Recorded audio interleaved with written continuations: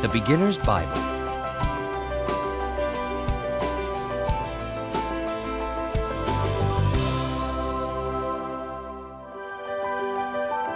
The beginning. Genesis chapter 1. In the beginning, the world was empty. Darkness was everywhere. But God had a plan. God separated the light from the darkness. "Let there be light," he said, and the light turned on. He called the light day, and he called the darkness night. This was the end of the very first day.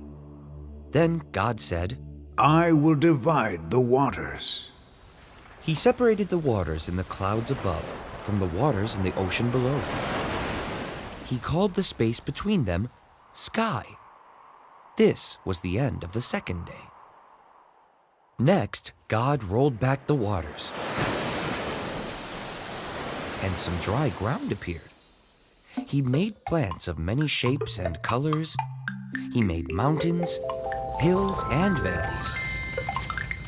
This was the end of the third day. God put a shining sun in the sky for daytime. He put a glowing moon and twinkling stars in the sky for nighttime. This was the end of the fourth day. On the fifth day, God made swishy fish and squiggly creatures to live in the ocean. Then God made birds to fly across the sky. On the sixth day, God made animals to creep, crawl, hop, and gallop.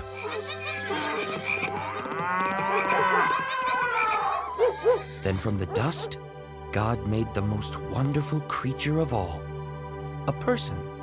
God named him Adam. On the seventh day, God rested.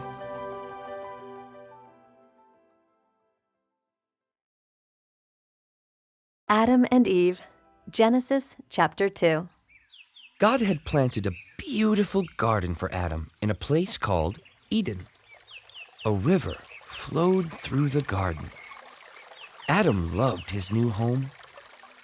His job was to name all the animals and care for the garden. Adam loved all the animals, but he could not find a friend that was just right for him.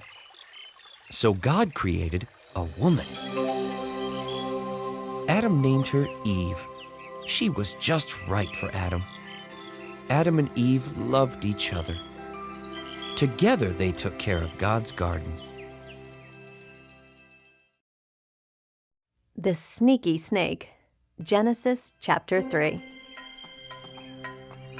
Many trees grew in the Garden of Eden. God told Adam and Eve, "You may eat the fruit from any tree, except for one.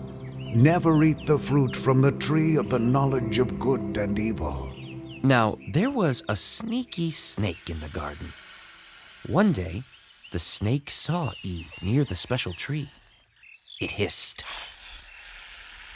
"Did God really tell you not to eat the fruit from this tree?" The snake wanted Eve to disobey God. It said, "You should try some of this tasty fruit. If you eat it, you'll be like God. You will be able to tell the difference between good and evil." The fruit looked tasty. Eve remembered what God had said, but she ate the fruit anyway. Then Eve gave some to Adam. He took a bite too. As the sun was going down, Adam and Eve heard God walking through the garden. He was looking for them. Adam and Eve hid among the trees. They were afraid. "What have you done?" God asked. "Did you eat the fruit from the forbidden tree?" Adam said. "Yes, but Eve gave it to me." Eve said. "Yes, but the snake tricked me." God told the snake, "Because of what you did, you will always crawl on your belly. Then he told Adam and Eve, Because you disobeyed me, you can no longer live in the garden." Adam and Eve left the garden. God placed angels and a flaming sword to guard the entrance. Adam and Eve would not be allowed in the garden again.